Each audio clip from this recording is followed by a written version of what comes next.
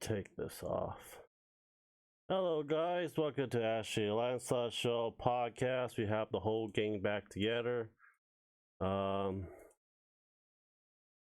to get this freaking camera to work.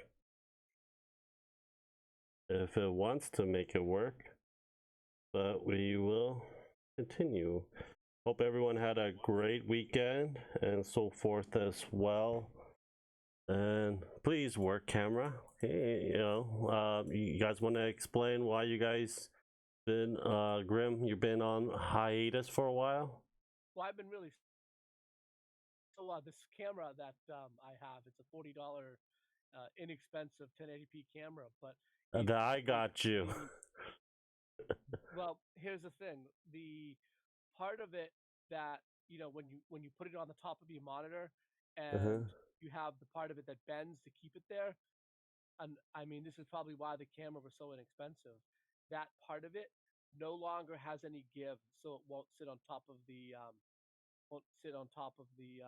screen anymore, which sucks. So now I have a camera that I have to figure out a different way to use because, like I said, it doesn't sit on top of the camera. Also, it doesn't. It does have a tripod hole in it on the bottom, and I do have a tripod somewhere, so I might have to start putting it on the tripod and using it that way. But I can't use it on top of my screen anymore because, like I said, the back end of it that kind of swivels back and forth, it's lost all its strength. It won't stay. Probably one of the reasons why the camera was only $40. Well, you can also use duct tape too. Yeah, duct tape works wonders. Yep, that's actually how I got it to work for Titan's Table. Is I literally wrapped tons of it with duct tape, but it's I don't know. It seems to me like I have one of the same thing that Ashley uses, and it works perfectly fine. Also, I can take a picture of it and show you what I mean, like how it won't stay anymore. It has no. What you do? Put your thing in the hole that I'm not meant to do, and you just make sure the shock is good on it. well, there's no hole in this part of the camera. It's a hinge. It's a hinge that no longer works correctly. I wish you just freaking duct tape it or whatever, but you don't have to send me a picture. Yes. Yeah, duct tape does kind of work. It might be a manufacturing default because we have one in the art room that works perfectly fine. Yeah, and I don't get I've had Logitechs, and Dark Titan owns Logitechs that are much older than this camera and have never had this problem. Might be a default. Logitech has also went downhill as far as quality control. Hey, Gio. Because they bought Astro gaming headsets. I can't tell you how many times I had a receiver blow. So let's get into topics. I'm guessing we'll start with Death Stranding and the review bombs for it and so forth. Did anyone buy it so far? I didn't buy it. I've played. I've seen people play it. I've watched a lot of streams. I just think that sometimes review bombs are justified, and I can see why people are disappointed in the game, but I don't think it really deserved the review bombs. That's just my opinions. I think the review bombs, and I'm not going to call a fandom toxic.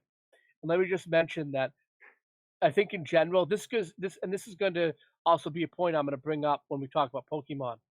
I can't stand when developers don't they don't give us everything they promised, and then a lot of fans get pissed, and then fans that aren't pissed basically call the fandom toxic. They'll go out there and they say like, "Oh my God, look at all the Pokemon fans that are toxic. Look at all the Death Stranding players that are toxic." Stop blaming angry fandom for bad development mistakes. That's my take on it. So I sympathize with the review bombs in that they are angry because they feel that they didn't get a game. They got basically a cinematic movie. Mhm. And I sympathize with them. But I don't think they promised anything different. I don't think that he was promising anything other than what we got. That's just my take on it, you know? I think from the beginning, he was saying that this game isn't going to be for everyone, which Mhm. is why they were kind of secretive and which is why Mhm. they acted the way they did with it. Yeah. You know, everything was kind of like secret. I don't think he promised anything that we didn't get with Mhm. this game. And I think the anger maybe is a little misplaced, you know? Well, of course, this is his first baby, but I want to hear what Post thinks as well. I wasn't really much of a fan of Hideo Kojima games. Yeah. That's it. Yeah. Well, It I didn't mean, seem like the type of game that I'd be interested in. Mhm. and Kojima, and I think people, I want to throw this out there too. I think people really don't understand Kojima's writing style, okay? I think all the people that were so hyped for this game, I think a lot of them really are not Kojima fans because people need to understand that Kojima has a weird writing style. He writes stories that are a little different. He's never A been little weird. Yeah, exactly. There's always been weird I've only elements to him. think I've only played 2 of his games. Think of Metal Gear Solid and the Metal Gear Solid stories No, I've never he wrote. played Metal Gear Solid, but I think he wrote Silent Hill and Silent Hill 2. Yes, he did. Yes, he did. And And they're those the were only great games of games. his I played. Yeah, those are great And they games. And I think the stories for the different Metal Gear Solid games, I think those were not bad either. They were a little convoluted, to be fair. But I think that if you look at them, you can see all the weird elements that are involved in the Metal Gear Solid stories and the Silent Hill stories. So I'm not sure what people were expecting from this game as far as story go. I he's think a weird individual, but I think people were really mad at his interview because he was kind of full of himself. Mhm. there Hey, was that. telling So that yeah, we can get into that. Well, actually, you can definitely talk to us about that after. I just want to finish my point. Um, he's a weird writer, just like, and he can be an acquired taste sometimes. Um, but you know what? Stephen King is a weird writer, and he doesn't write horror normally. Like, for example, I just saw the movie Doctor Sleep, and it's got some different elements in it. And if you just go and see it looking for a good horror movie, you might say, "Oh, I didn't like that. That was weird." Because it's Stephen King weird, and he's got strange and weird And elements. he's way weirder than the movies like show the stories. The books are a lot more like crazy and Yeah, so He more wants to get in your head and mess yeah. with you. yeah. Well, have you ever read the book It? Oh, yeah. We have it. Remember the last chapter with the 6 boys? Yes, I do. Well, that's the type of stuff that you would see in Stephen King. Right. Exactly. And I'm just making the comparison because, the reason why everyone loves Stephen King is because they expect that weirdness. They know going in, Stephen King's a weird horror writer. He writes weird, strange stuff. I feel like there was this misconception with Kojima that he wrote mainstream science fiction stories where that's never been the case. We got to take him for what he is. He's a weird writer. And in some people's opinion, not even that good of a writer. But Mhm. then other people love him. I'm not going to go either way. I'll let people make their own opinion. Mhm. I'm just pointing out that he is very divisive among fans of what they like that he writes. But my point is only this: he is a weird writer. He writes weird things. And anyone who thought this was going to be some mainstream science fiction story, they didn't like it because they don't understand who he is. and they review bombed them. I am going to criticize the game because if Kojima wanted to make a movie, a cinematic movie, then he should have done that. Maybe Death Stranding should have been a movie. It should have been an animated movie or a CGI movie. Maybe I it heard should it be a has game. a lot of Yeah, Netflix will buy it from him. Yeah. So maybe that's where it stands, and that's my opinion. That there is an interesting story there in Death Stranding. It's definitely very weird, and maybe it did not fit into how they built that game because there wasn't a lot of gameplay in it, right? And maybe Well, the that trailers should have been a itself movie. was mystery. You didn't really Yeah. know what the game was about. They never actually explained. It wasn't actually a decent trailer. Yeah, I agree. No decent and, trailer. Yeah, the game- isn't the first trailer? Was it the first trailer where it just shows what's the dude from Walking Dead's name again? Norman Reedus. And the Norman guy from Reedus. Hannibal as well. Yeah, the first trailer just shows Norman Reedus nude with the baby in his hands. Yeah. No trailer actually explained what the game was. And when we got the gameplay, it was mostly just walking simulator. For the most part, that's what I saw was Yeah. walking simulator fetch quests. Not that fetch quests aren't a plague upon all of gaming, and they're fine. I'm fine with fetch quests as long as they're not exactly the same in Modern World of Warcraft. There you go. You know? So maybe my last comment here is this. Maybe Kojima should have been making and writing a movie, a cinematic, an anime, a CGI movie with Norman Reedus. Maybe that's what it should have been and not a video game. And maybe we'll have to see what happens in the future. Anyway, what happened with the interview? Ashley, what happened with the now interview? you have to. Classic. Now you're gonna make me look it up. well, Ashley's looking it up. I'll tell my opinion. I pre-ordered it and I canceled it once I saw and read there's a lot of cinematics and stuff. If you're gonna majority of the game is gonna be cinematic stuff, I'm not paying $60 for it. I'm not a huge Kojima fan. I own all the Metal Gear Solid. I have not beat all the Metal Gear Solid. We own all the Silent Hills. I just don't really care.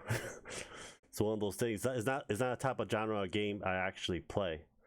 So once the game goes down to $20-$30 in a couple of months, I'll pick it up. Or if it's on Game Pass, if it ever goes to Game Pass. It's only on PlayStation, isn't it? It is a PlayStation exclusive. PlayStation define exclusive nowadays with consoles. I don't know. I don't think Xbox will even want to touch it because I don't think they're gonna make much money off of it. I don't know. I think Microsoft will take whatever they can get for Game Pass. So if Kojima actually said, "Hey, let's get this game on Game Pass," I'm sure Microsoft. We also gotta know what contract did Kojima had with PlayStation as well.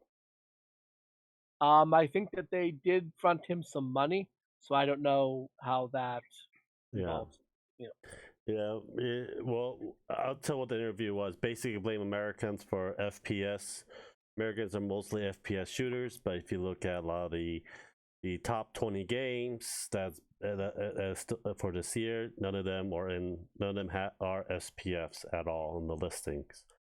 So basically, he's just pointing fingers and shoving things up his ass. Can I just state this real quick? Sure.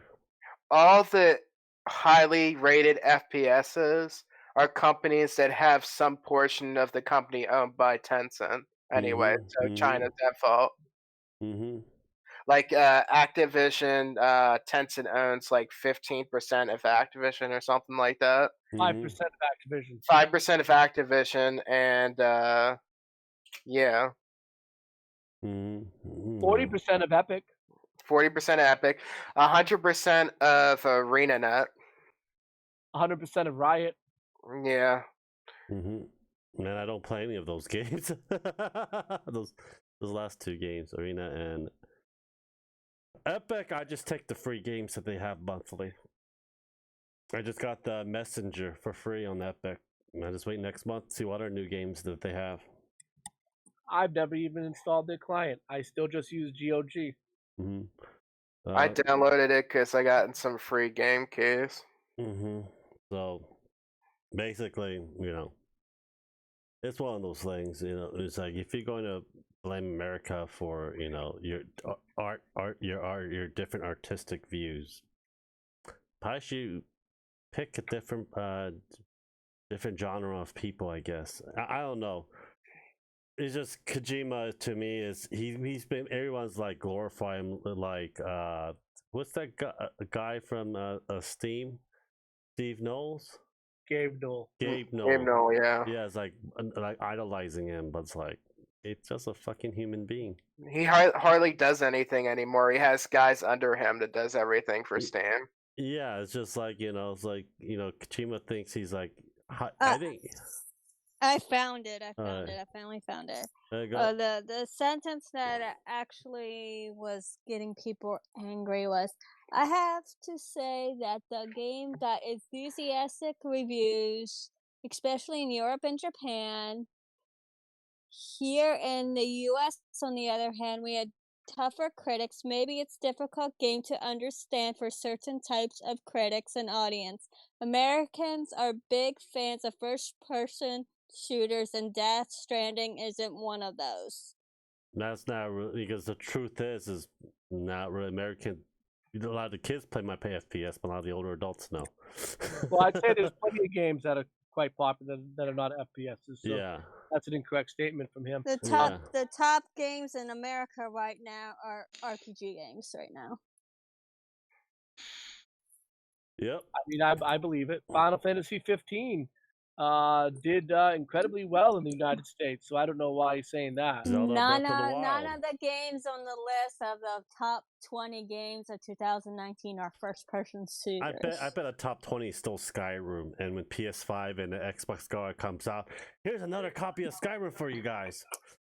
I will be extremely disappointed if they re-release Skyrim again. Just give me Elder Scrolls 6 Redfall and call it a day. I don't care what they change the name to if the lawsuit ever goes through. Yeah, it'd be fun at Elder Scrolls 6, and guess what happened? It's an actual another Skyrim. It's a Skyrim mod. Yeah. I think we're done talking about Death Stranding. Pokemon Sword and Shield, we'll have Ashley start with that. She's been playing over 4 hours today on that. She streamed 2 hours today on that game as well. Then we'll start with on her for the Pokemon Sword and Shield, what she thinks and stuff. And we'll have grumpy old men saying shit about them later on. I'm the only grumpy old man. I have a comment about the animations. Well, animation's fine. It was the same animation as Go Pikachu and Let's Go Eevee. And Sun and Moon, because well, like, let's get Ashley's full opinion. Because I have a feeling that me and Post are gonna tear this game a new a-hole. Yeah, basically. Yeah. Ashley? I like the game. I think it's fun. I got everything that I want in a Pokemon game. I don't care that it doesn't have all the Pokemon. Because I'm not one of those people that has to catch every single one. But that's the point of the game. Gotta catch them all. Yeah. Anything else? I'm doing my usual grind. I'm grinding as I usually do. Mm-hmm. Ashley, which starter did you pick? The rabbit. Is that a bad thing? You're going to be disappointed in the final evolution. But it's so cute! What happened? Does it turn fiery Bugs Bunny? Okay, so you remember the leaks? It doesn't look like a wrestler, like the last cat. Yeah. No, it's actually a soccer player, and it does kick moves. And the grass type is a drummer, like the leaks said, but it looks nothing like what the leaks described it. The water Pokemon, I'm still trying to figure out what the heck are they going for with the water type. So it starts off with Sobble. Sobble's like a crying lizard chameleon type thing. then he evolves into an emo, and then he evolves from an emo to like a gentleman with like the vest and everything. Well, this is supposed to be taking place in the UK, so. But how do you get from an emo to a gentleman? Easy. Look at Grim. Easy. Look at all the emo teens that turn into the young adult people, and are going to work in suit and tie. I've never been an emo. What are you talking about? We know your secret. It's Grim. called a lot of these emo teens grow up. So. Yeah. Is that they say it's like 13 hours game, like straight up gameplay, but if you do side quests it's more than that. It's actually it's 13 hours. It's 13 hours if you don't grind, if you just go straight through and don't do the trainers or anything, just going straight gym to gym. It's 13 hours, but it's gonna be more than that for me because I grind and I do side quests and stuff. Thank you, Lucky Leo, for subscribing. Thank you for joining. You can ask us a question as well. We have a new viewer today. Say hello to I'm Lucky already Leo. 4 hours in, and I'm not even at the first gym. So it's basically like a regular Pokemon. Because a lot of Pokemon games are short if you do just go straight, but a lot of times just grind and do side quests, and it's a lot longer. I think the shortest Pokemon game till date, I'll still say it will be Sun and Moon. In my opinion. I agree with that statement. Yeah. Favorite type of Pokemon mine is fire. That's great, Lucky Leo. Actually, might be streaming you some Pokemon later on. Him make Grim cry in the corner while Post try to murder me in my sleep. I mean, right now it's not the best Pokemon, but it's still a good game from what I'm playing. Yeah, it's a good game. I won't get the sword until someone buys it for me, or I just wait for the price to drop down to 30 for that game. Blue says he has the stupid monkey. Let's see. That throws a stick at me. Let's see how Grim and Post gonna rip this thing a new a-hole. So they interview the animators like, oh, this will be the greatest Pokemon game with the best animations we'll ever have, and all of its recycled animations from previous games. Hashtag Game Freak Live. And then also... No, it's hashtag Fallout 76. And also, there's like some like animations. Like there's a video out there. I can link it to you later, but it shows like the character interacting with certain Pokemon, and literally the lightning dog, when the character interacts with the lightning dog, it's not moving its legs and anything. It's like a 8-bit like motion. It's just jumping up and rotating. That's all it's doing. It's not like making an actual range of motion. The Corgi? The Corgi, yeah, the Corgi. I have the Corgi. Yeah. Oh, you're gonna make fun of what I name my Pokemon? I just tell them that you name your bunny Boba. She named the one of the water type Sushi. She named the Corgi Coco. I name my Pokemon, okay? After food, from food, like how like you're gonna prepare it after you catch it. The only time that I ever named Pokemon is on Pokemon Go, where you can cheat the EV evolution thing. Same here. I'm still trying to get Glaceon and Leafeon on the damn thing, but I'm having a hard time with the cheat things. I'm trying to find Eevee right now in the new Pokemon game. I have no idea what Eevee's at. You won't find Eevee. You won't find Eevee. I don't think there is Eevee. I said Eevee's there in was if you first started, like when it launched. Oh, poor Ashley. They said Eevee was going to be in it. Well, they lied. Hashtag Game Freak lied. Okay, and there's another thing is people are reporting tons of frame rate problems on this game. I haven't had any problems yet. Yeah, well, Blue says he knows where Eevee is. Tell me, Blue. Tell me. Oh, you're talking about in Sword and Shield. I thought you meant Pokemon Go. Yeah. I already have a Jolteon in Pokemon Go. I have like 25 Eevees in my Pokemon Go. You want to trade one for money? I need some money. Post. I have all the evolutions in Pokemon Go. You want to donate to Lance? How did you get them all? How did you get them all? I did the cheat. Like if you like for example, if you evolved to Vaporeon, it was like Rainy or something like that. What was the name, Lance? What? There was Glaceon?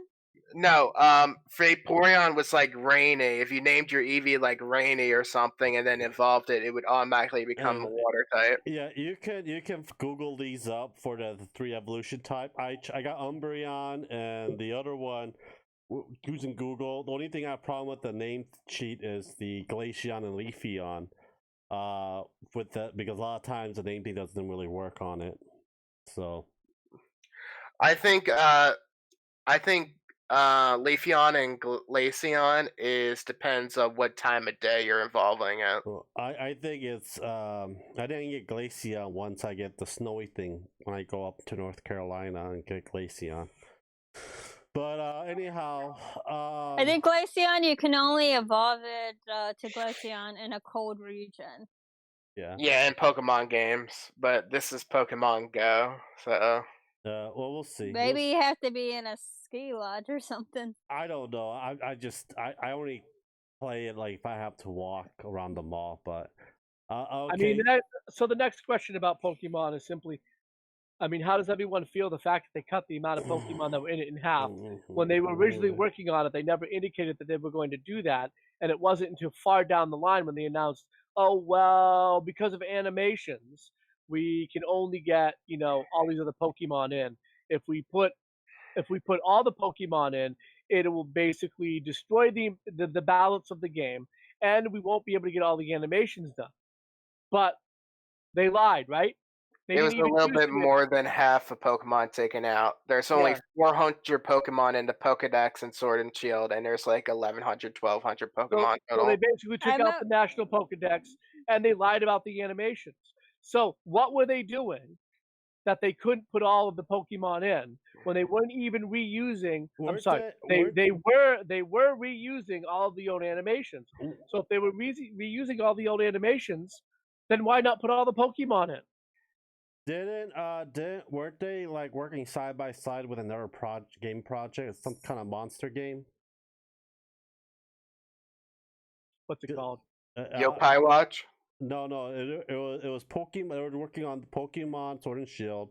Monster Rancher? No, it's some other like monster. It's like a hero game that you go around the village and fight monsters and stuff. I didn't hear anything about that. Yeah, they were working side by side with 2 projects with the team that they have, and the team that they have is very small. Maybe they should have a bigger team, especially if the other Pokemon sold a lot of money for it.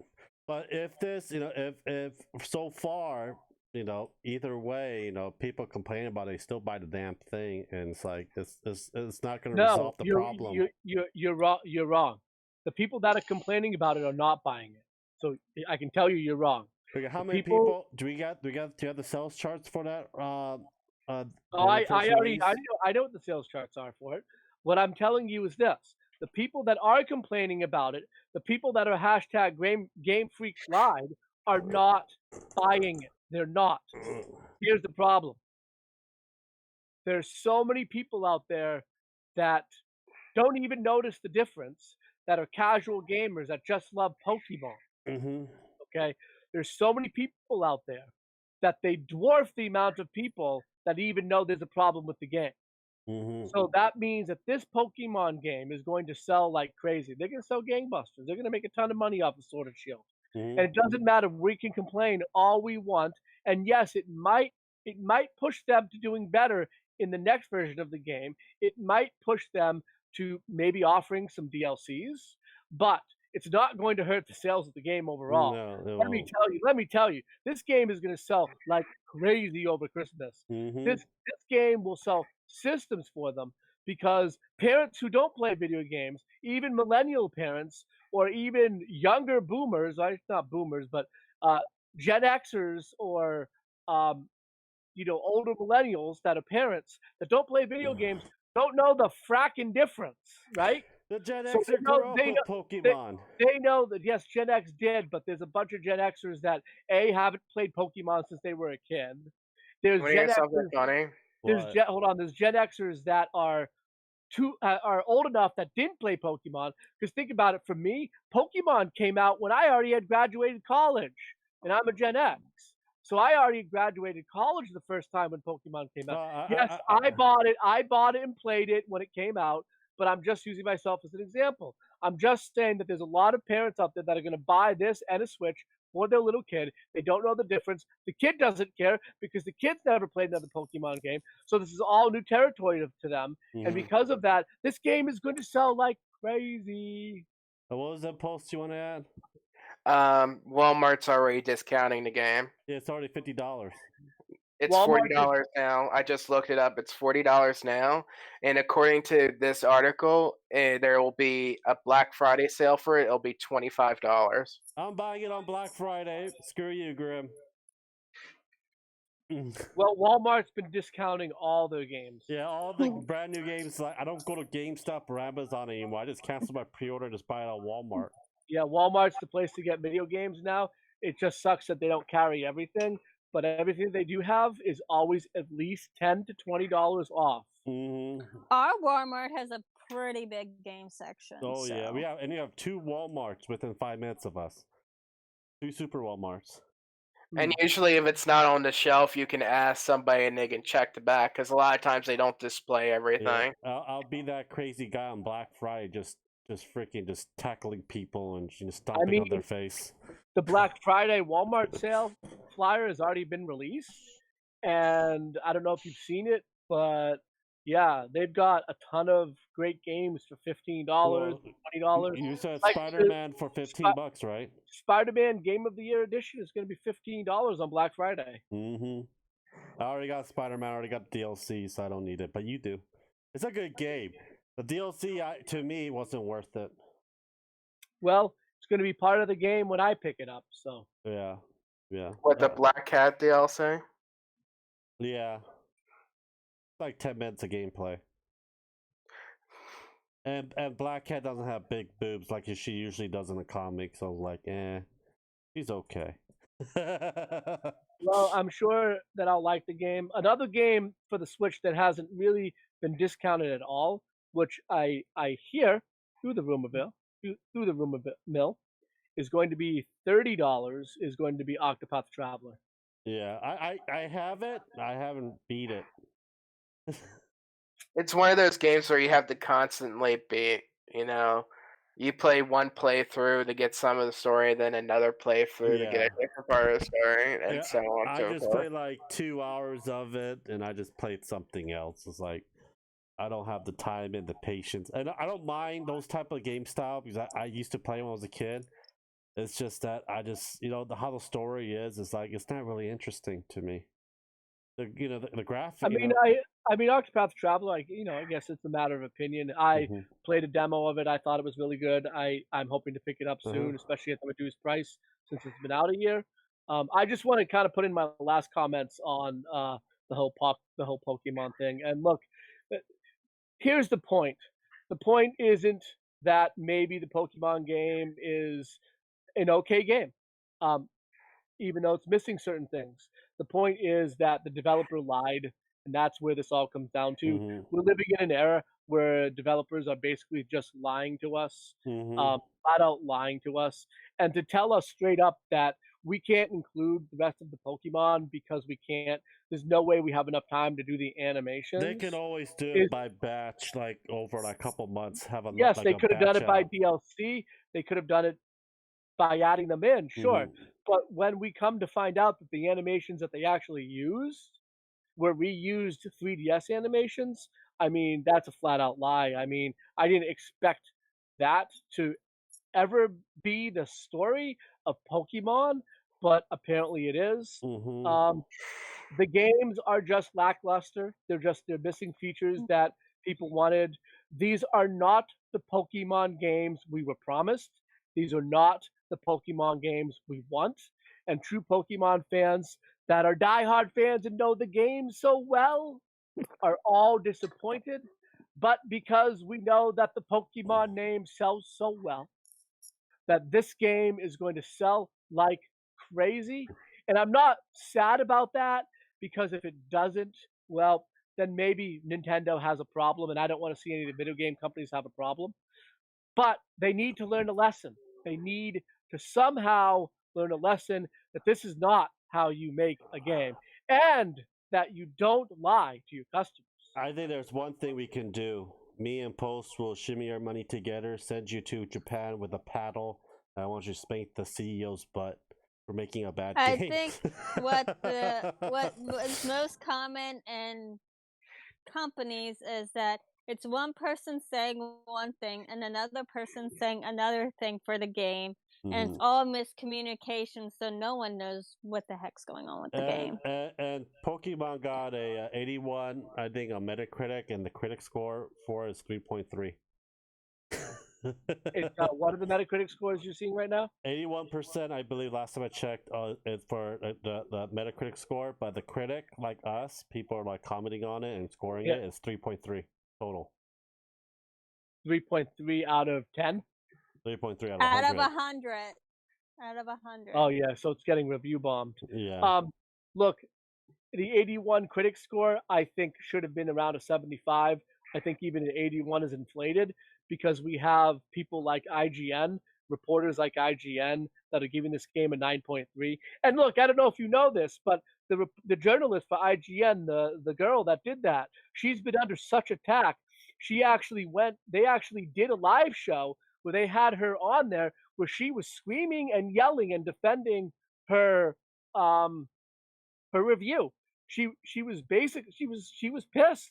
She is angry about being attacked, and like I said, she was on a live stream, basically screaming and yelling, defending it, calling everyone toxic. Which girl was it? I forget her name. Is she cute? The Australian? She is not Australian. No, she does not have an accent, so she is American.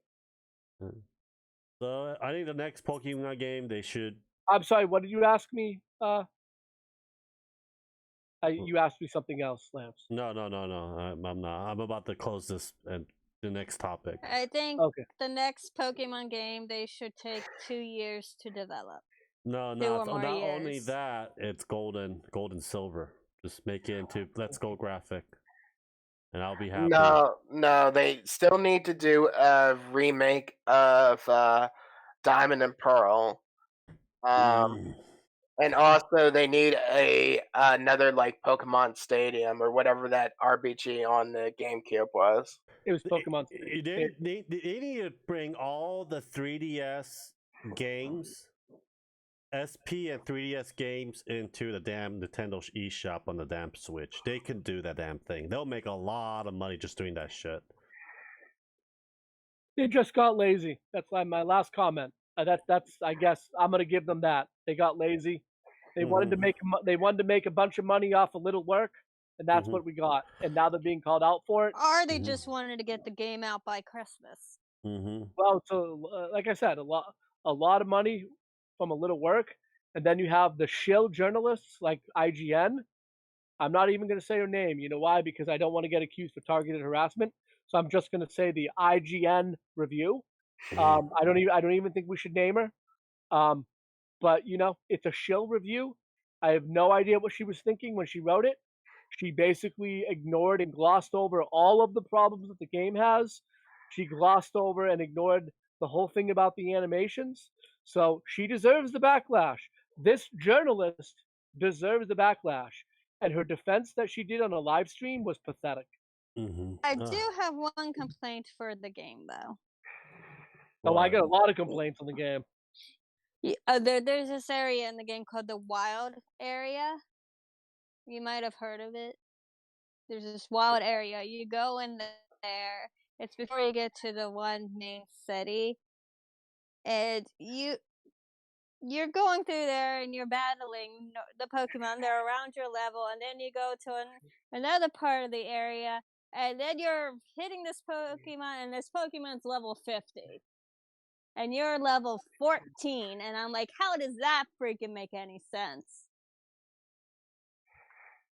It doesn't make any sense, right? It's just another thing to add to the list, right? Just another thing to add to the list of what's wrong with the game. Anything you want to add, Post, before we move on? Nope. Let's see. Next one on the list is Google Stadia. Yeah, And I pre-ordered and I canceled this too. Yeah, we've talked about Stadia so many times, and it sucks that we keep having to talk about it. Yeah, but we do because it keeps coming up in the news, and it's coming up in the news right now because it's about to release. Yeah, well, and well, let me give the overview what's happening, then I'll let you guys put your inputs in. So people will not get all their Stadia that they pre-order on the day that's supposed to be released. It's going to be on the numbers on whoever ordered first from then. Also, another lash is a lot of the applications that could be on it as well. Not a lot. I believe it's like only 12 games going to be on Stadia. 12 games at launch. 12 games at launch. And yeah. And they're going to be full price. They're not discounted. And basically, it's going to be a dead constant. Basically, Google's probably going to kill it within a couple months. That's how I'm hearing it. Google's probably going to kill it like they did with all the applications they brought out. And Google Glass. Well, here's my quick viewpoint on Stadia. Yes, there's a couple things here, right? So one of the worst things they could have done is tell people that, for all of you that pre-ordered it, you're not going to all get it at once. You're going to get it by first come, first serve.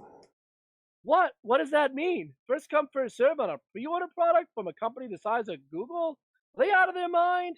They're out of their mind. Come on. You guys have to admit that they're out of their mind. When I go and pre-order a product and it has a release day, I expect to get it on that release day, especially if I'm an early adopter.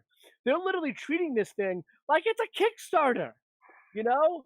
They're treating it like it's a Kickstarter. This is not a Kickstarter. This is a product from Alphabet, one of the largest companies in the world, one of the pioneering tech companies in the world, and we get a product in the manner that we would get a Kickstarter, and the lineup is laughable. I'm not going to stand here and go through the launch lineup, but come on, Destiny 2 and Stadia exists in its own ecosystem, right?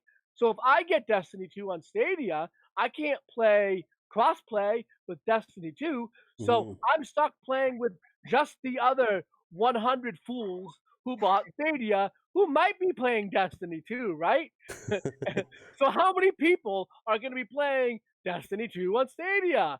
I don't know. Probably not a lot. Seems like it's going to be an empty world. Speaking about Destiny, I don't know if Post, you bought Destiny on the Blizzard Battlenet. I bought it and they removed it.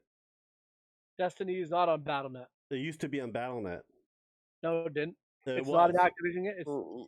Yes, it was on Battlenet. It was on Battlenet? It was Battlenet, then a month ago it completely removed. I don't know what happened. You should have gotten an email. And if you have like your Steam account linked to your Blizzard account, it would automatically get changed to Steam. Oh, okay. Yeah, I have Blizzard with Steam linked. What was behind that? Why did they put Destiny 2 on Blizzard? Because Activision owned Bungie at the time, and then Bungie and Activision separated. Yes, they did. That's why I was amazed. Yeah, so they made some sort of agreement before the separation.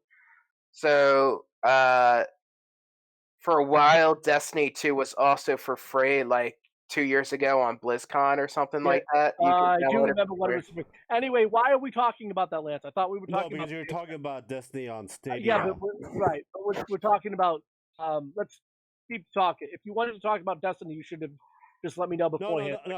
I was just stopping because I want to know what, that was just a quick question because I don't know what happened to it. I know Post knows more about it than I do. But you asked my question. Anyway, the fact that not everyone is getting their Destiny equipment at launch is that pre-ordered it is completely ridiculous. And like I said, I know I've been yelling about this, but it seems to me it's being done more like a bad Kickstarter than anything else, you know? And I don't know if you saw today, but today they actually presented to us their new initiative, which is, you ready for this? Non-gendered controllers. I never thought gender had a controller. Yes, I Wait, didn't either. wait, what? I didn't know controllers were built for genders in mind. These are called genderless neutral controllers, where they say they have done studies to find out what color is going to work best for women, and that women are an untapped gaming market because they don't like the controllers apparently that console systems use. And they've made a controller that's smaller and can fit in smaller hands, and they're using colors that the focus groups say are better for women. I have no problem with controllers. Isn't this the most ridiculous thing you've ever heard? Seriously, I couldn't believe it when I heard it. Women have been playing games just as long as guys have. It's been a 50-50 market. The one thing that interests me is, what are the colors? It's like this teal. The color that they're marketing right now for the non-gendered controller is like this soft teal, I think. I don't know. You mean they're going for pastel colors? Like a pastel type colors, and they're claiming that that's a more inviting color for women. That's the color that sounds like to me bullshit. And what I want your money. That's it. Look, because I have a lot of teal and pastel colors. A lot of female gamers that I know, they don't give two shits as long as the controller works and they're responsive. I prefer if the controller's just black and normal. Yeah. It would have made more sense if the controller had like smaller features or something. It does have smaller features, so that is one of the things about this controller that they're marketing. This non-gendered controller, which is really for women, has smaller features. There's a lot of it's made for smaller hands. Guys that have small hands too. Yeah. So. I agree. That's what I said. There's a lot of males that have smaller hands too. So you're going to make them buy a controller that says the female version of the controller. No, why can't they just call it a smaller profile controller? Why do we have to put a gender or even bring up gender when talking about the controller? I think that is incredibly stupid. Let's just call it a smaller profile teal controller. Mm-hmm. Look, Microsoft releases tons of Xbox controllers in so many different colors. Think of all of the Xbox One controllers that have been released. They've had it on every single color of the rainbow. And also, there's a whole library. I'll call it a library. A whole library of Xbox One controllers. They have all different type of prints on it. So yeah. Yeah. Also, there's a lot of third party makes smaller controllers. Yeah. Heineken or however you pronounce it makes a lot of third party controllers. Yeah, they make them smaller ones for people with smaller hands. So you talking about Hyperkin?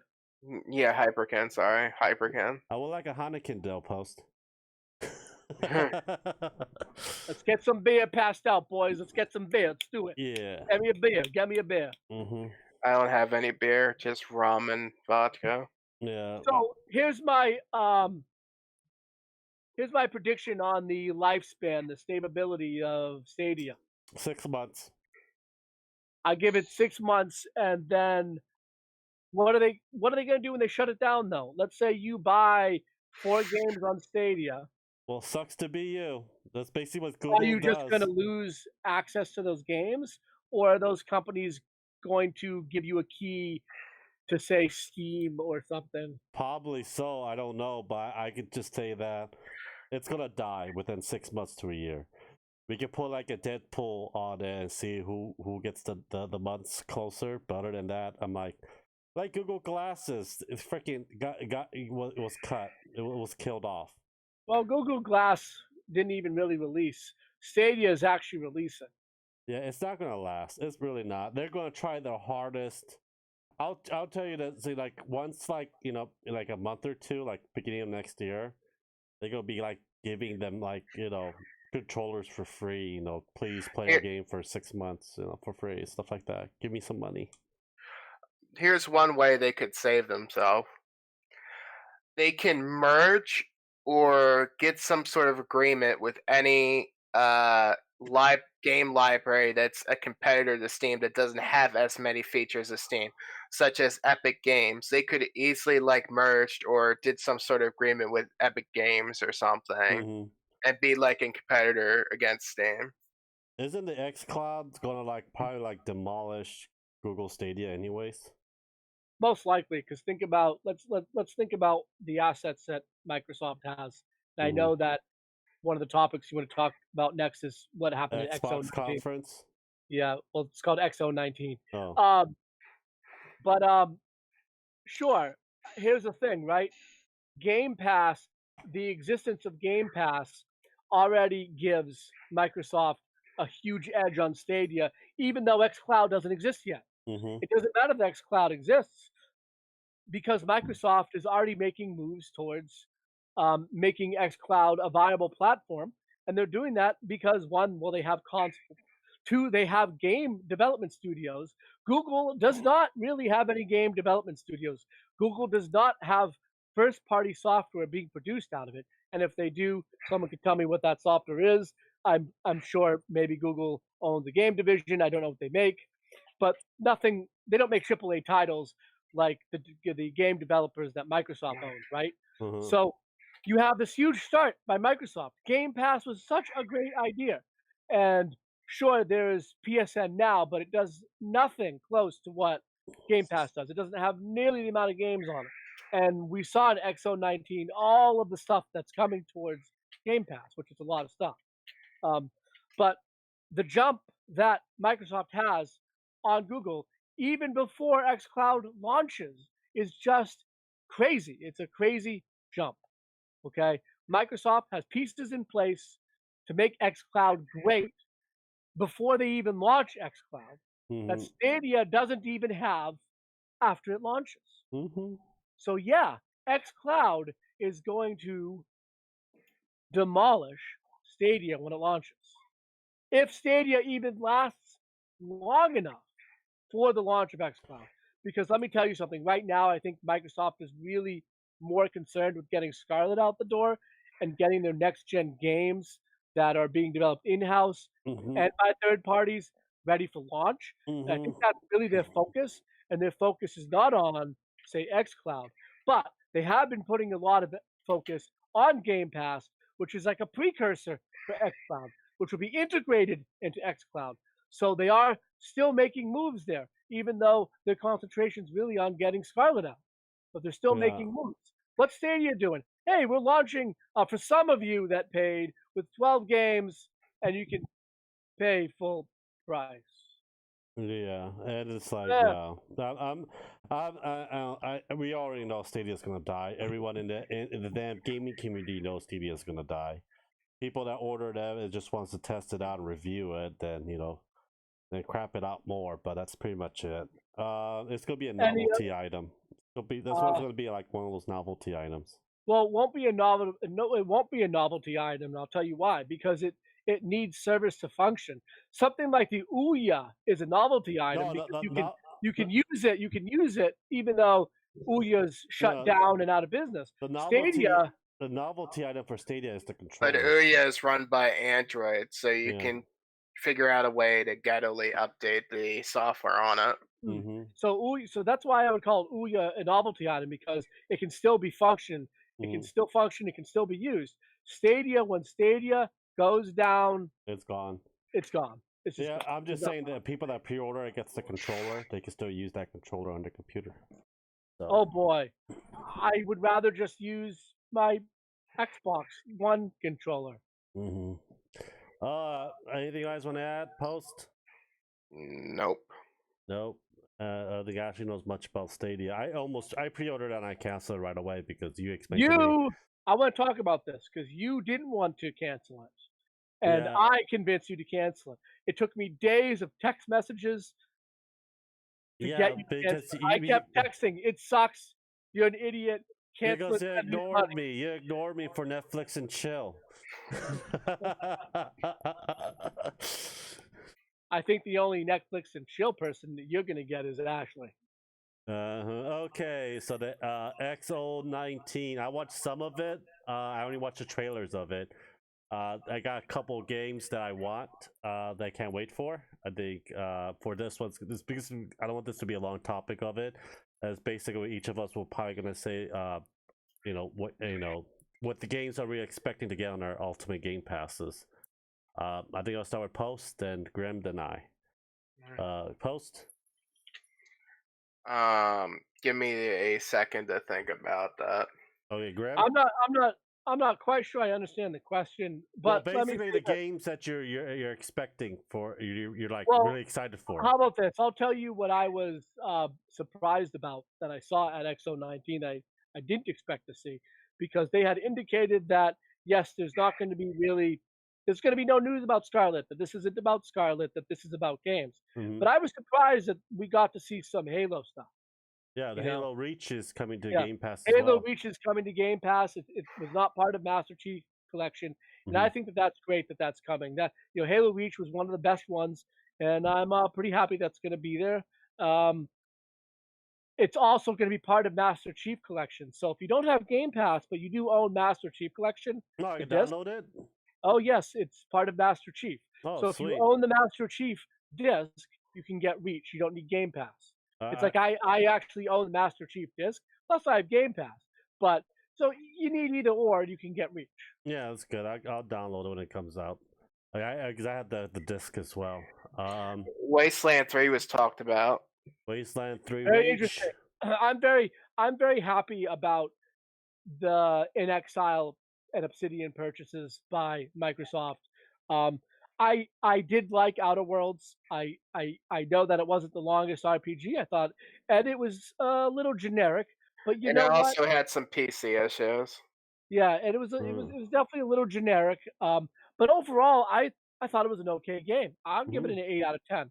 Maybe 7.8 out of 10. Yeah, I'll give it 7.8 out of 10. Yeah, I reviewed it. I gave a very good review. It's better than Fallout 76. I give it an 8 out of 10 because it incorporated technology in an RPG game that no other people incorporated, like how well the AI with the different companions, how they interact with each other as opposed to the character itself. You know, very great point. Very great point, and I totally agree.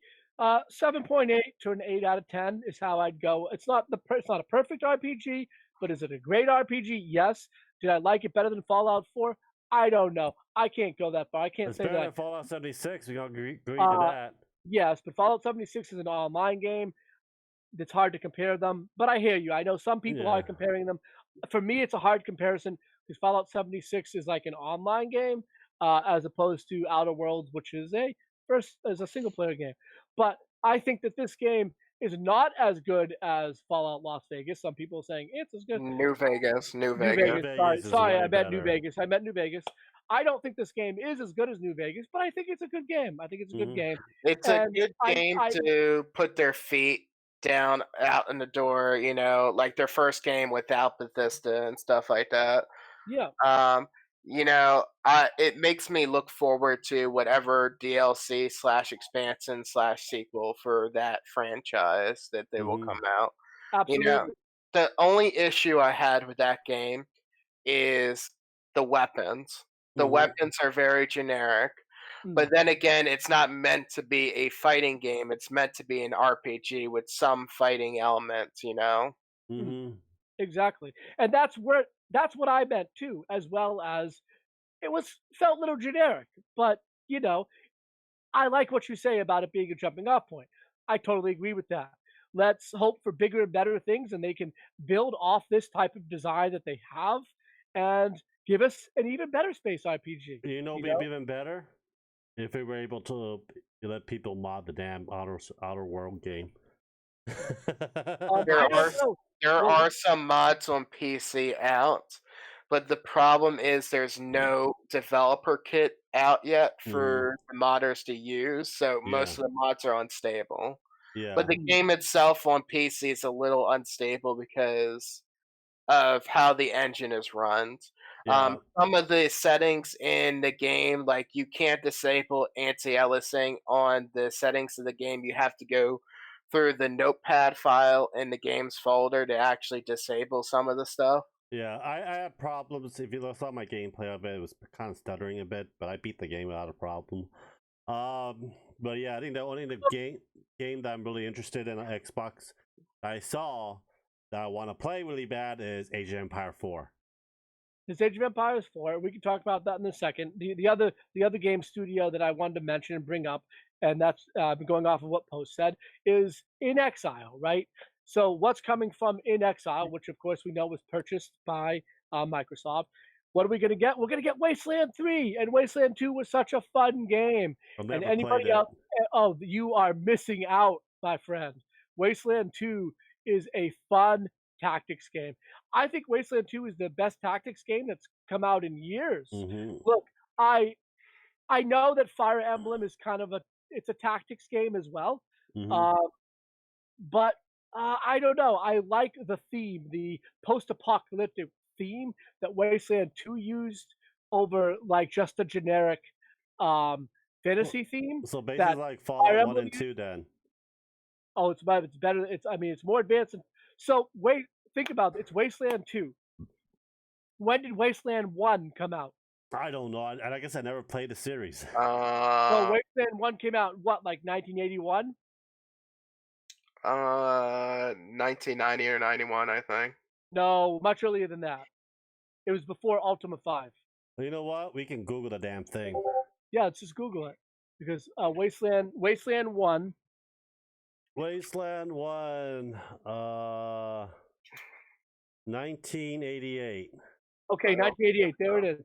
Okay, Wasteland 1 was came actually out on Commodore 64, Linux, DOS, Mac. Holy Apple shit. IIe came out for Apple IIgs.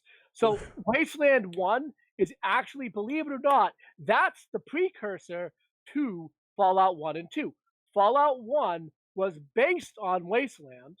Fallout 1 coming out in that was like 1998 that game came out, 97 maybe. So that was meant to be the successor to Wasteland. And then Fallout 2 came out, and those were all Black Isle games, and we all know the famous Black Isle games were Baldur's Gate and so forth. They were a division of BioWare. But anyway. And I have it on the Switch. Wasteland. They merged with Obsidian too. Yeah, some of their teams, yeah. Yep. Mm-hmm. So Wasteland 2 is supposed to take place after Wasteland 1, with Fallout 1, which was a spiritual successor and does not follow the world that was in Wasteland. But Wasteland 2 does follow that world. So Wasteland 2 is a great tactics game, one of the best tactic games I've ever played. And look, I love Fire Emblem Three Houses. I thought Fire Emblem Three Houses was an amazing game. I only recently just got it. It's an awesome game. I love the RPG elements. I love the tactics in it. But Wasteland 2 is just a different experience. And it's a great experience in a post-apocalyptic world. Is it Ultimate Game Pass right now? Wasteland 2 is definitely on Game Pass for Microsoft, absolutely. So if you want to play Wasteland 2, I know it's at least on the Xbox side. It is on game. All In Exile games are on Game Pass.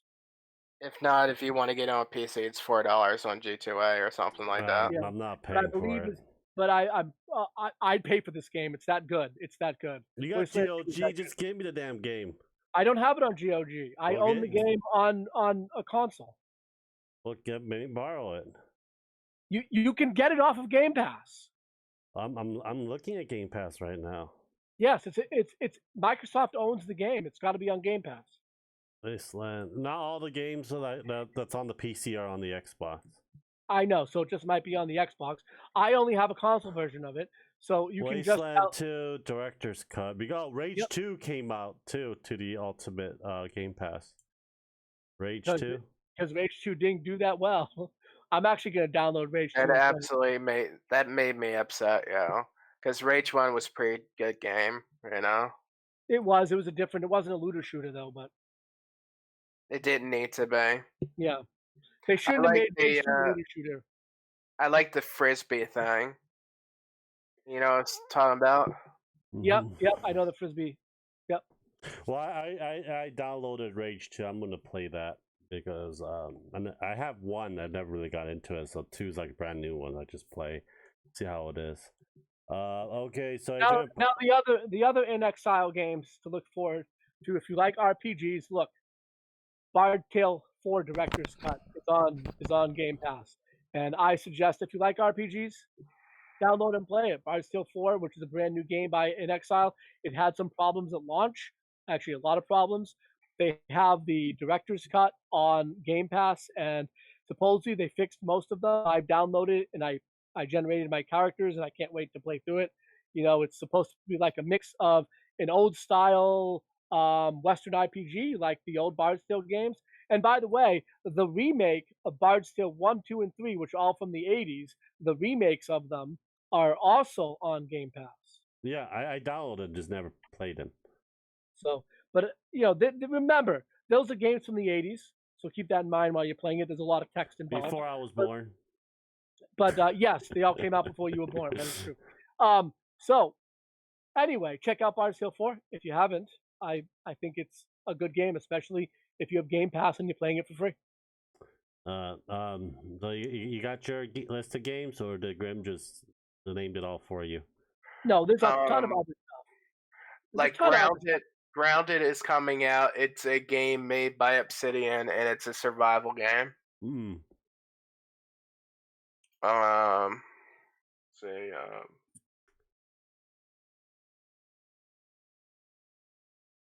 The only thing I'm waiting for is Age of Empire 4.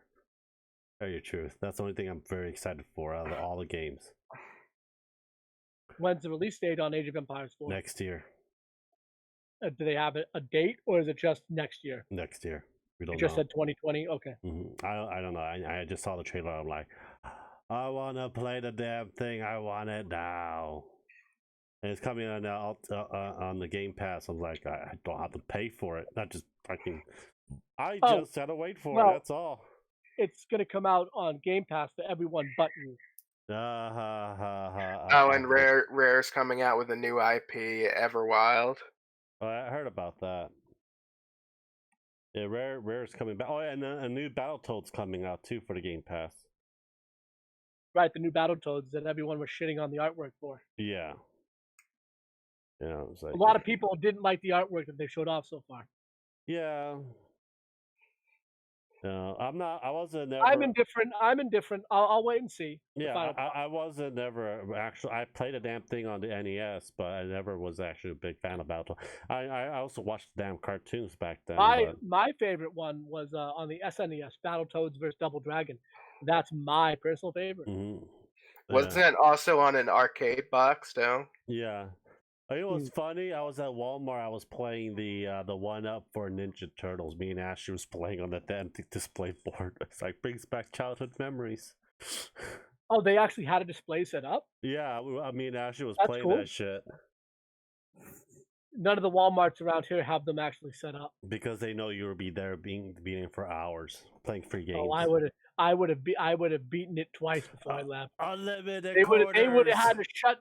They would have had to shut that place down, and I would have still been in there playing. Yeah. They wouldn't have gotten me out. So we got Diablo 3.5 and Diablo 4. I don't know. Oh, they're the same game. They're the same? Yeah, they're the same game. The Diablo 4 they just name it people name it 3.5? Yeah, it's Diablo 3.5. There's no Diablo 4. Post explain. It's a joke. Oh, okay. That's all I gotta know. Ashley, can you get your camera on? I gotta use the restroom. I think we'll take like a 5-minute break and come back. And we got Diablo, Star Wars Fallen Order, Shadowland, and Grimm's GoFundMe. Well, the GoFundMe is just send me money straight on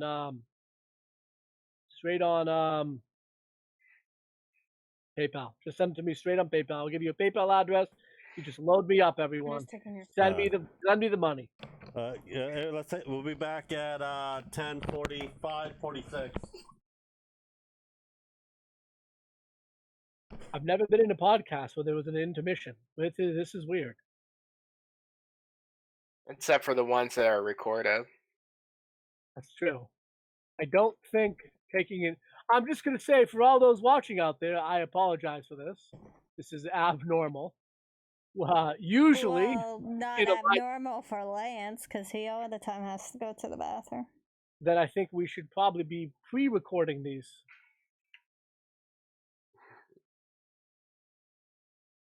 Or he should leave us with a topic, and we can just keep talking about it. Well, we were getting ready to talk about your GoFundMe.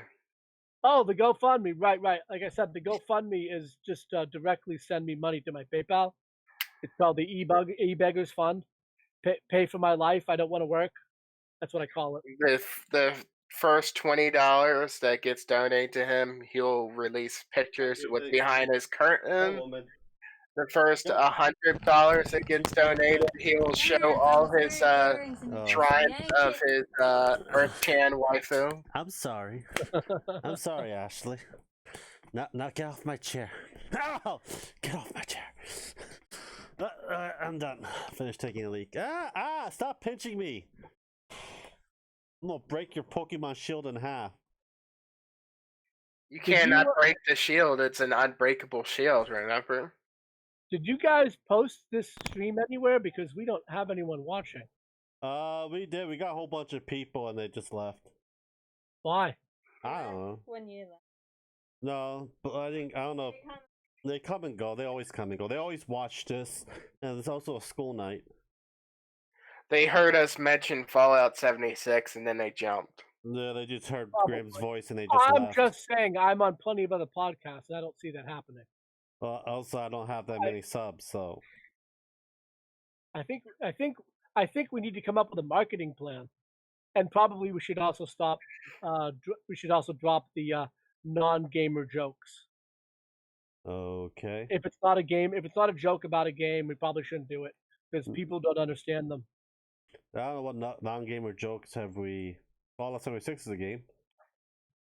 It's a bad game. It should not be considered a game. Blue's still here. Just get Blue on the podcast. No, we'll do that next week. This week we finally got you and Post back. Okay. You know what, Blue? We've tried to get on the podcast, but he comes on, then he didn't say anything, and then he said a couple things, and then he logged off, and then he didn't come back because Blue just wouldn't take it seriously. Yeah, but Gio wants to do it as well. I said next week. This week we got all 4 people back up again. We gotta have a plan to get Dungeons and Dragons back up again as well. Graham. Here's a suggestion to get more views. We get guests on the podcast. Mostly just to, use. Let's get those Twitch thought girls. We'll give you a lot of views. What girls? Twitch thought girls. Who? I don't know. Alinity. Get Alinity on though. Do you guys know who Mia Milkova is? No. No, tell us her dirty story. She's an adult film actress that turned into a Twitch streamer. Good for her. Yeah. Her Patreon is still probably full of adult actress things. Lou sent you a comment. What do you want from me, Grim? I expect great things from you, Blue. Great things. You're supposed to spy GameStop for us. I thought he quit GameStop. He can still go in as a customer. Go in the back room, find all the little dirty secrets. Oh, I don't want GameStop secrets. Yeah, that's what Camelot's for. Or whoever that YouTuber Camelot 3111111. The liar. Like. But fine, let's target him. Let's talk about him. He's lying. He's an asshole. I don't know who the hell he is. He's a liar. I don't think he's 100% a liar. I think he exaggerates things to the point where it gets too ridiculous. Absolutely. I'm sure that there's some truth there. I'm not going to disagree. I'm sure there's some truth there. But he just takes things to a level that is a complete and utter exaggeration. Like the one thing I found far-fetched recently is the supposed person that has a lawsuit against him is texting him privately. In any lawsuit, your lawyer should have told you, do not contact this person. Exactly. And you would have to be the dumbest person ever to continuously contact someone you're taking to court. Mm-hmm. Because anything they say in the text message can be used against them. Like the text that Graham sent me, I can use against them. Especially in a defamation lawsuit like this. In any defamation lawsuit where the defamed person is texting the other person, the person that's being sued against for the defamation claim can use it against them and say, well, you're harassing me. Absolutely. Let me give you a bigger example without naming anyone. Let's say that you're the leader of a country. Okay. Let's say that you lead a country, a big country, with a lot of money. Okay. And the body of people that are under you that are a different branch of the world, a different branch of the country, are involved in a hearing about you. And they have a person there that is talking about you. The worst thing you could do is that person is at the same time that they're talking about you is tweet intimidating things about them because it's called witness tampering. Because it's called witness tampering and it's against the law. So that's what I'm getting at. That's what I'm getting at. Not naming anyone because we don't want to name. We don't name people on here, and we're not going to name anyone. We already know who the hell it is, anyways. We already know who it is. Right. So we don't need to name drop anyone, but you know what I'm getting at. It's kind of the same thing. Yeah. When someone is suing you, okay, when someone is going after you, the last thing you do is go and talk to them or talk about them to the public. Yeah. That's why I don't believe Camelot. I doubt the person that he says that's suing him is actually sending him text messages. I call bullshit. And also, Camelot's being stupid too. Like, hypothetically, if he is telling the truth that this person's texting him, you don't show all the text messages with the pictures and name uncensored. Yeah.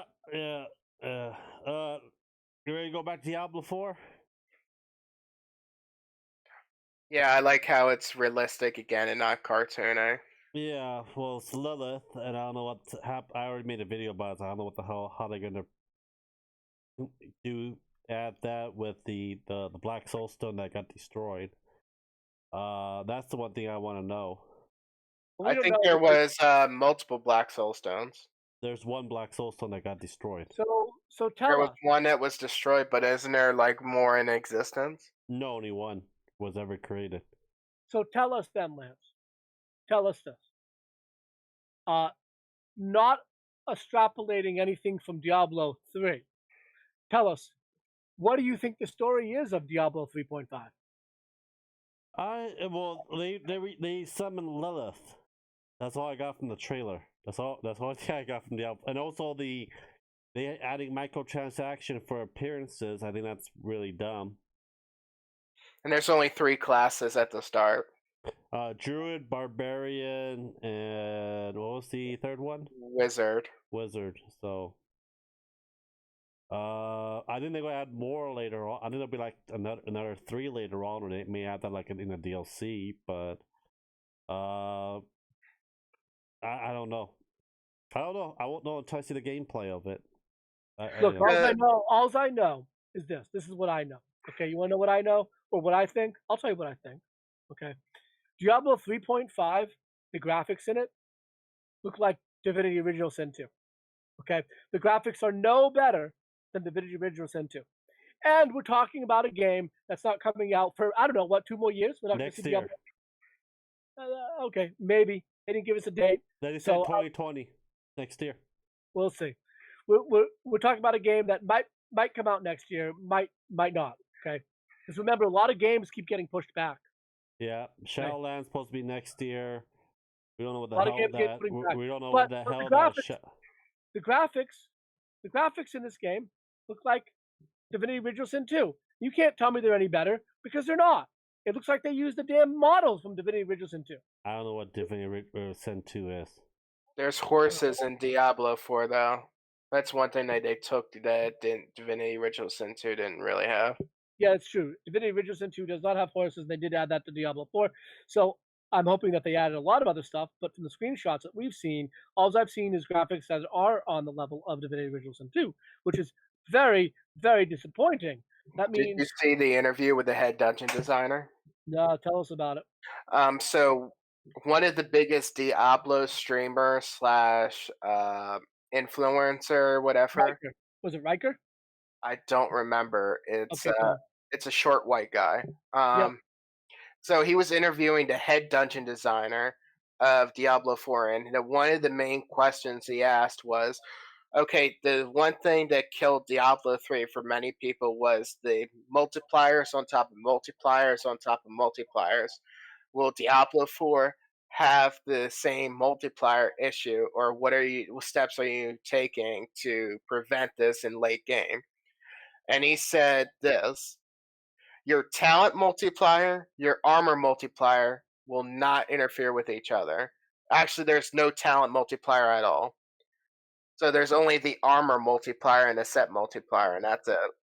And how they work with the talent systems is they don't make them more powerful, they just change the talent altogether. Okay.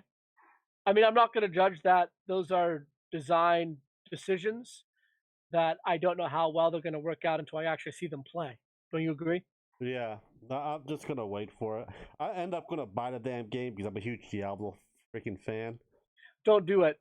Don't buy into fandoms that kill themselves. Well, I bought Fallout 76. Full price, and I'm still crying about it. Yeah, you know what else you bought at full price? What? PlayStation Classic. No idea. I bought it for $20. What? You got it on the day it came out, Lance? No, I didn't. I got it like 2 weeks later, and it was on sale. Yeah, 2 weeks later, I think it might have been on sale for $60. No, it was. Those things weren't $20 until it was 4 months ago. They were $20. Yeah, I got it on Black Friday last year. They weren't $20 on Black Friday last year. Dude, I bought it. Lance, what? You bought it for full price, so no, shut I did up. not buy it at full price. You bought that on the Yes, day you it did. came out. You know what? I still have it still in the box. I could just, rub it on the Grimm's face just to make him sad. Why? I have one. I bought one for $20. Why the hell you buy one for $20? Because I modded it. There's not much you can mod it with.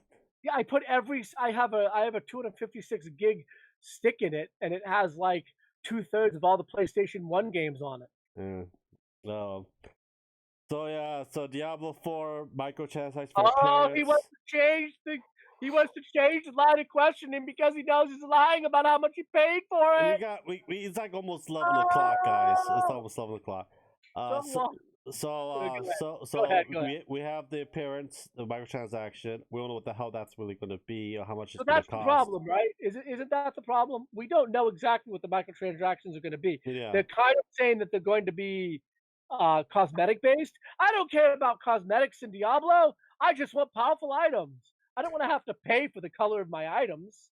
Yeah, I for people that knows me, I don't buy microtransaction. Usually people give me money to buy it, but usually I don't. I rarely. Oh, another cool thing that came up from that interview is legendary items. Mm-hmm. Legendary items will be actual legendary items, and the drop chance is ridiculous for them. Are they bringing back Stone of Jordan? I'm not sure that name wasn't brought up at all. No, it'll be nice to The bring it back. legendary items. What is the drop rate going to be? Is it going to be another grind fest to even attempt to get them? Because I hate that. I hate that. I don't want to spend 1,000 hours on a game to get one item. That drives me away from games. That's what we did on Diablo 2 together, remember? No, so we didn't even get the best items. We gave up. We gave up because we couldn't stand the grind. Yeah. We kept going back, and me and Lance played Diablo 2, and we kept going back and back and back and back. I was like 80 something, and he was like 75. Back and back and back and back, and we couldn't get any of these damn items. So we just like, that's it. We just stopped. What was that post you gonna add? They didn't say specifically. Some could be just a low drop. Some others could be like a specific story-based thing you need to do. Or they might just add in that journey adventure crap they did with Diablo 3. The season sets. Right. Like the different seasons. Sure, I understand. And then they add the season. But if those get added in, and then somehow microtransactions get involved in it, it's gonna suck. It's gonna be ridiculous. Well, if people don't buy and stuff, I think they're gonna drop it like they did with the auction house.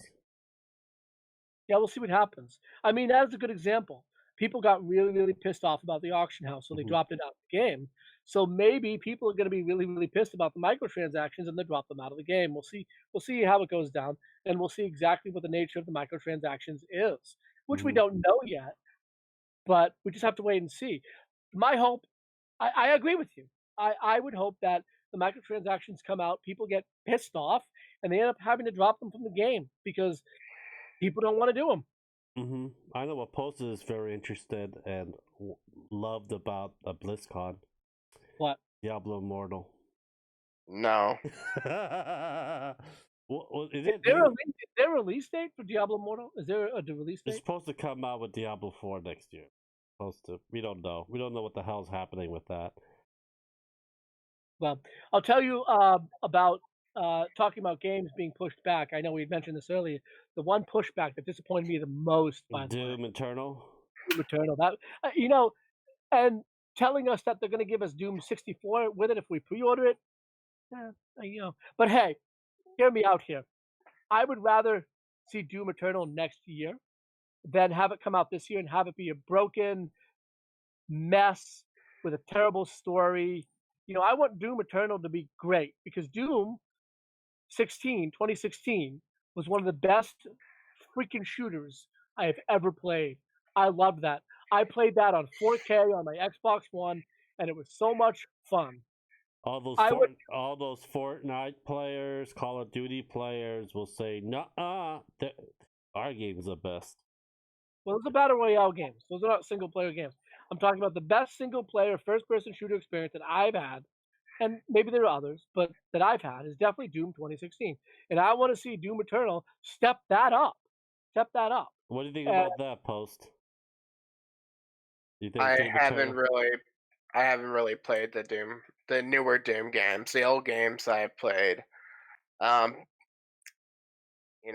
You gotta get Post converted, Grim. No, I say everyone should play the games that they love to play. And if first person shooters, single player first person shooters are not something that's up his alley, then I'm not going to try and convert them. I do like first person shooters, like single player ones, like Far Cry 3. I liked a lot. I happen to be one of the few people left that liked Far Cry 5. By the way, speaking of that, you know what my second favorite first-person shooter ever is? Blood Dragon. Yes, that's a good game. Yeah, I love Blood Dragon. DLC for Far Cry 3, so. No, Blood Dragon is a standalone game. It is now, but when it was first announced, it was announced as a Far Cry 3 DLC, and when it was first released, it was a Far Cry 3 DLC. But you didn't. But it was back in the time where you can play DLCs without the main game. Yeah, because like on my Xbox One, I got Blood Dragon for like $5, I think, off Microsoft Store, and I replayed it recently, and I was like, this game is so good. Jesus, And that's how I played Doom in 4K, is because like Doom I bought back in the day on my PS4, but it's on Game Pass, so I downloaded it, installed it on Game Pass on my Xbox One X, and I played it in 4K. So that was also a great experience. But hey, you know what though? I didn't really like Far Cry 4, but I liked Far Cry 5. I liked New Dawn, even though I hated the jokes in it. I thought the political jokes were pretty dumb. But I don't know. I thought the game was okay. I enjoyed the game. Yeah. Some Far Cry games are hit or miss. Yeah. Like Far Cry 2 was a really good game, but a lot of people were turned off of it because of the survival aspect. You had to constantly get the what was that African vaccine you had to get? So I forget. I kind of skipped over Far Cry 2. I'm one of those people. I love Far Cry 1, and then Far Cry 3 was amazing. Well, in Far Cry 2, the survival thing was you have to time your vaccines, and if you don't time your vaccines, you like pretty much lose the game. So, yeah. Let's move on to the last topic. Shadowlands. If you know more about this post, I'll let you take the lead. So, Sylvanas is playing 3-dimensional chess again. Mm-hmm. She's still hot. Yeah, she's still hot. We'll see what happens to her next expansion. But, so Bolvar 4 Dragon is finally stepping up as a main character like he should have been since Wrath of the Lich King. And he gets his ass kicked by Sylvanas, a Banshee, which he should be rolling over. But his crown gets cut in half, the Shadowlands gets revealed, everybody has to go into the Shadowlands, and now there's new covenants you have to join, which act as smaller factions, kind of like the Scryers and Alder in Burning Crusade. Mm-hmm. What is the Shadowland? Is it like the upside down world of Azeroth, or? It's the undead plane that's infinite, so there's millions of different undead planes that are connected together in Shadowlands. Okay. And I'm guessing the original Lich King's gonna be in there too, I'm guessing. So that's a complicated thing to answer because every Lich King live in between the living and the death plane. So maybe his soul will be there, or maybe his soul is like kind of like Avatar: The Last Airbender type thing, where you're moving in between. Because there was an artwork on that poster. It was the forgot his name. Bolvar 4 Dragon is the current Lich King. You know, well, before that there was a poster of him, but it was like all black with the Frostborn all black. I have not seen that. That you might be thinking of the Memory of Arthas, which came out in Legion. So if you were a Death Knight, you could interact with like a Memory of Arthas type thing in the Broken Isles, but that was the last thing we ever had any sort of thing with Arthas. We'll see. We'll see. It's like we will know more about it because I believe the talent tree. I'm really more interested in the talent tree because I did not like the previous expansion's talent tree. Also, many of dead previously, main characters will be back in the game. Like Uther Lightbringer will be in. I don't really remember the names of the covenants, but the angel-looking covenant, Uther 4 Dragon or Uther Lightbringer will be in. Kelthus Sunstrider will be in like the vampire looking covenant. Draka, which is Thrall's mother, will be in the Netherlords Covenant, which they explained that you don't necessarily have to be a necromancer or somebody that's in tune with death to be in the Necrolord Covenant. So that'll be interesting too. Well, it should be good. Hopefully this will redeem itself, but I'm also very skeptical as well. But hopefully it'll be great. Is the classic still doing good? Yes. Yes, it's doing good. That's good. Good to hear. The one thing another thing they need to incorporate in order to save modern WoW is bring back PvP sets and vendors. The current PvP gear are just like regular PvE gear, and it's not fair for the PvPers. You should not be forced to play PvE just to do PvP when some people's just do PvP. So when I played during Burning Crusade, they had PvP gear. Yeah. That you basically you got points from doing the arena or other PvP challenges, and then you could use those points and turn them in and get purple gear.